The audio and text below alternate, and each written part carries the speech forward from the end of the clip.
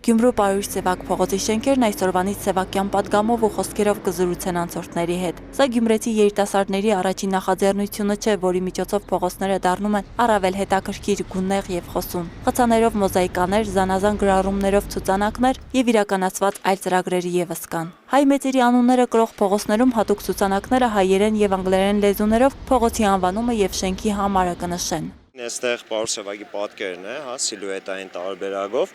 անվանումն է երկու լեզուներով հայերեն եւ անգլերեն տարբերակով, որովհետեւ նաեւ օտարագրացիները, երբ որ հայտնվում են Գյումրու փողոցներում, իրենք եւս հեշտ կարողանան կողմնորոշվել։ Շենք շինության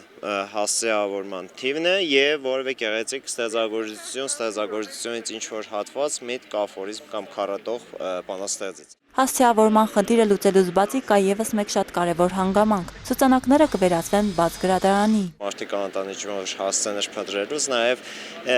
գուցե կվերհիշեն իրենց դպրոցական տարիներից մնացած այդ բանաստեղծությունները, որոնք որ սովորել են եւս մեկ անգամ հնարավորություն ունեն վերհիշել։ Փոքրերի երեխաների համար նոր հնարավորություն կլինի նոր գիտելիքներ ձեռք բերել, այսինքն ինքը սիմվոլիկ նշանակություն ունի։ Տեսնում եք հենց հայտնի մարդկանց նա ստեղծագործությունները մի փոքր վրան փակցած է, ու ավելի շատ տուրիստներն գիտենան ուր են եկել ու տեղեկացված կլինեն։ Փակցվում են պաստառներ, որոնք գրագետ կիշտ բառապաշարով, նախադասություններով կարելի է ընթերցել եւ ինչ որ ասմունքի եւ մեր մեծերի հետ կապված հիշողությունները արթնացնել բոլոր անցորդների մեջ։ Սևակյան տողերն առանց տարիքային սահմանափակման հարազատ ու սրտամոտ են յուրաքանչյուրին։ Յուրաքանչյուրը գտնում է իր խոհ, միտքն ու ասելիքը։ Մարդը իր դարը շատ գերազանցել է իր կրազներով առաջ է անցել։ Պարույր Սևակի խոսքերից ամենակարևորը արդիական, որ այսօր մեր պետությանը, մեր քաղաքին, մեր Հայաստանի Հանրապետությանը հարիր է,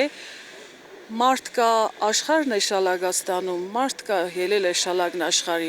Կամի ինքը մեզ կարող եղել որ մի կներկայացնեմ մեր այսօրվա օրվա օրահաս պահը։ Իր գեղեցիկ խոսքերից սկսել լրբերը սրբեր են տարել, սերը լվացել տարել։ Գաղափարը շարունակական բնույթ է կրելու, հնարավոր է այն փոքր-ինչ այլ լուծումներ ունենա, հաշվի առնելով նաև քաղաքացիների կարծիքներն ու առաջարկները։ Ալիսա Հակոբյան, Հովհաննես Խաչատրյան, Օրագիծ։